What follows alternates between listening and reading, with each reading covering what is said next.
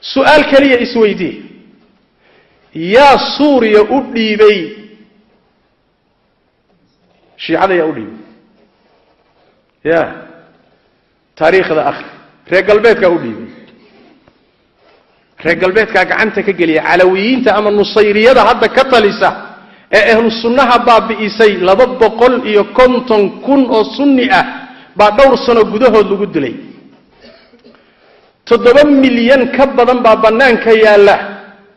وقرحة يبرفكو بابئين يا أهل السنة مقالوين كودي دولكا للسمي وريا أدي بي نصيرية علوية يا دلك أدي بي وحا أدي بي رجال بيتك أدي بي حزب الله يا لبنان يا أدي بي أو كوهيا رجال بيتك أدي بي عراق هنا كمان فوقين مردو بي أهيدي يا قعنقليي أو قعنقليي شيعة سو مريكان كي يتحلفدي يصير رجال بيتك ما هي مردو بي أهيدي يمن أو هذا وجودن بيصير حوثيين يا قرب سينا يا إيران يا رجال بيتك أو هوستك ليتشيرا وحبيان عيارة اللجوء بدليل كل ذلك هل سؤال يسويديه ولقى ممق شيء هل نينو الشيعية أيا انت الله قاضي با غونتنامو لو خيره ممقش غونتنامو ولقى نين شيعية ما لقيه هل أرور كميدا الشيعة ما لقيه ليس كأرقاقحيسada ما xusuusan tahay ma garanaysa حزب الله تهن لبنان كدغالمaya إسرائيل buu la dagaalamaya la leeyahay in lagu daro ururada argagixisada waxa ka dagaalamaya waa reer Yurub yaan lagu darin bay leeyihiin war ma lagu daro ilka abees hoos ka xiriirsan waa la soogeey anaga marka in la khaldo oo filin iyo riwaayad beena naloo dhigay oo makhduuciin noqonay wax saxsan ma ciyaarta inta ay leegtahay meeshay ka socoto waynu fahmaynaa hadaynu aqli iyo garaad iyo garasho leenahay ninkii aan lahayna wuxuu u baahan yahay wax badan inuu dib ugu noqdo taariikhda hadda dib u raacdana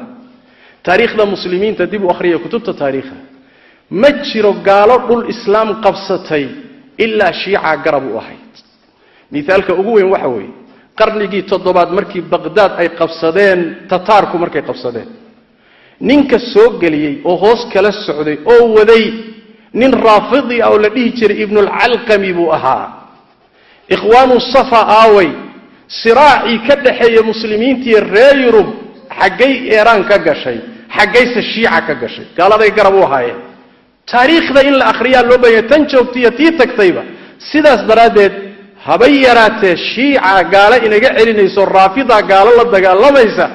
أدير وركاسي ووران شيرين ومسرحية إيا فيلم ليسود لغا يوعي ما انت هلستاسا إنا هايستا وحا الله رحمه قلبي قال إنه كقبتا أي تهي maalin dhaweyd caasimadaha Soomaalida deegaamadeeda mid kamida oo afkaartan rag wato Soomaaliya ay joogeen oo soo galeen ayaa maxfal dhan oo la wada joogo nin kamida intuu istaagay buu ay ula istaagay hooyadeen Aisha ummul muuminiin المبرأة من فوق 7 سماوات Soomaali bana dhageysanaysa xaaskii nabigan oo jeclaa دور iyo 10 aayadood ilaahay ku soo dajiyay bariyeelideeda iyo iyada sababteeda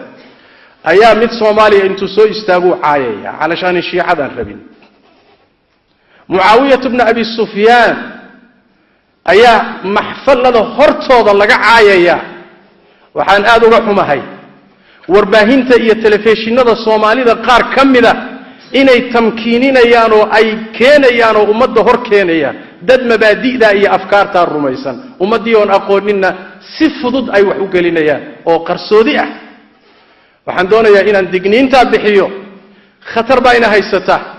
mashaakishii ina haysatay kuwa ugu waaweyn bayna kamid tahay fikirka shiiciga ina soo galay dhulkeenni soo galay khatarta uu soo waday ka dambaysa ka daran mas'alada iyada in lagu baraarugo oo si wada jir ah looga wada hortago ayaa laga marmaan ah oo laazim ah umaduna inay ku baraarugto arinta iyada sallu wa sallimu ala khatamil anbiya'i wal mursalin